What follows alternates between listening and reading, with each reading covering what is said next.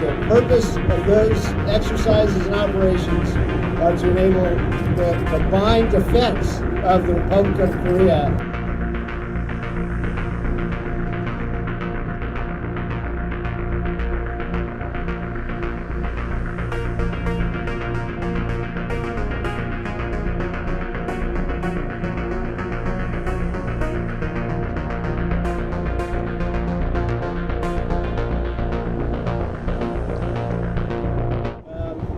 Whether we had any interaction with North Koreans, we had no interaction with any North Korean forces at any point during this exercise.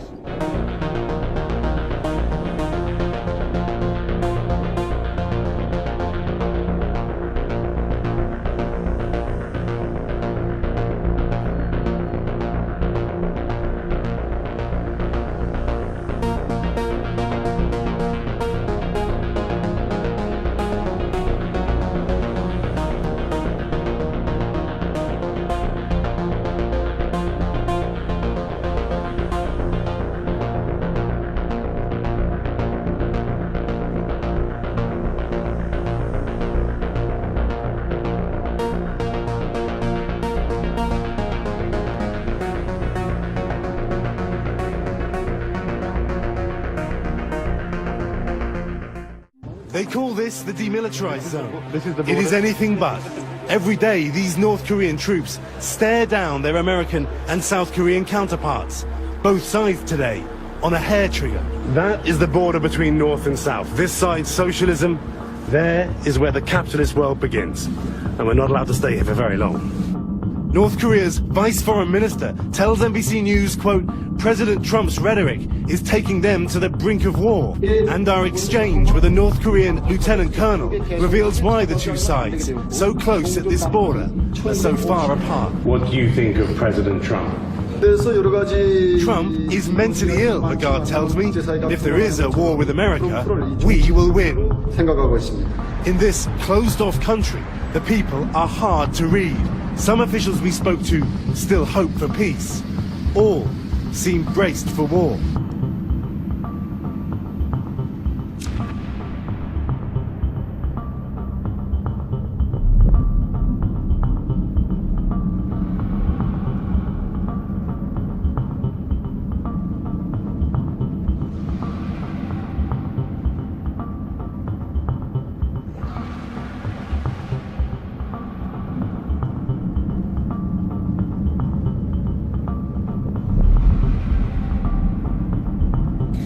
And a new survey shows a majority of Americans view North Korea as the most immediate security threats to the United States. According to the latest poll from the NBC News and SurveyMonkey, 54% of all Americans cited North Korea as the greatest threat to their country, followed by the Islamic State group at 28%.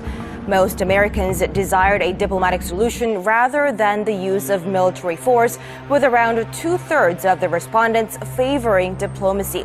The majority were also unhappy with Washington's approach, with 56% saying they disapprove the way President Trump was handling North Korea. It's been revealed North Korea has sent a letter to the Australian Parliament demonising the US. Political reporter Olivia Leeming is in Canberra for us this morning. Good morning, Olivia. This is an unprecedented step. It is, Jodie. This is the first time that an Australian government has ever received a letter directly from North Korea. And it's understood from Fairfax Papers this morning that this letter was sent to Foreign Minister Julie Bishop from North Korea's Foreign Affairs Committee, and that it was sent via our embassy in Jakarta. And the letter urges Australia to turn away from the United States. It lashes out at Donald Trump, saying he's trying to drive the world to nuclear disaster, and that it would be a big miscalculation to think that Trump could bring North Korea to its knees through a nuclear war threat. Now, the government sees this as a sign that the international pressure on North Korea, particularly through economic sanctions, is in fact working, that it's growing desperate and trying to divide the international community. And some experts say that it's effectively an invitation to send an international delegation, that it's an offer there. But this letter was sent before Julie Bishop visited South Korea Korea earlier this month, and we know that infuriated the North. It went on to say that if Australia continues to align with South Korea and the US, that we won't be able to avoid disaster. Jody? Very interesting. Okay, thanks, Olivia.